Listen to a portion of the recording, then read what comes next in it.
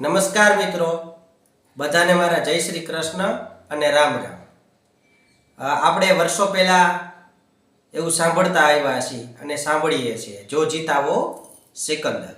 સિકંદરનું રાજ હતું. એની પાસે એક બોક્સ હતું.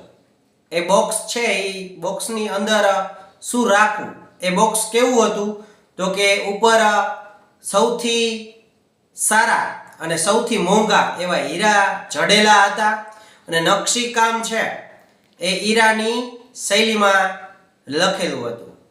એટલે બધા એવું વિચારતા કરતા હતા કે ભાઈ એની અંદર શું નાખવું. બધાને રજવાડાની અંદર પૂછવામાં આવ્યું. એટલે બધાએ થોડો થોડો વિચાર અલગ અલગ આપ્યો. કોઈ એવું કીધું કે એની અંદર રત્નો નાખો, કોઈ એવું કીધું કે એની અંદર સોનું નાખો. અલગ અલગ વિચારોથી બધા લોકોએ કીધું, પણ સિકંદરને એ મગજમાં ન બેઠું. એટલે સિકંદર છે એ ઘણો બધો વિચાર કરે છે અને એને વિચાર આવે છે. ત્યારે એની કચેરીની અંદર એક કવિ હતા હુમર નામના. એણે એનું પુસ્તક લખેલું હતું, એની અંદર રાખવાનું નક્કી કર્યું. એટલા માટે નક્કી કર્યું કે વાતો તો કદાચ બધે ભૂલી જશે, સાંભળેલું ભૂલી જશે, પણ લખેલું હશે ને એ આજીવન યાદ રહેશે.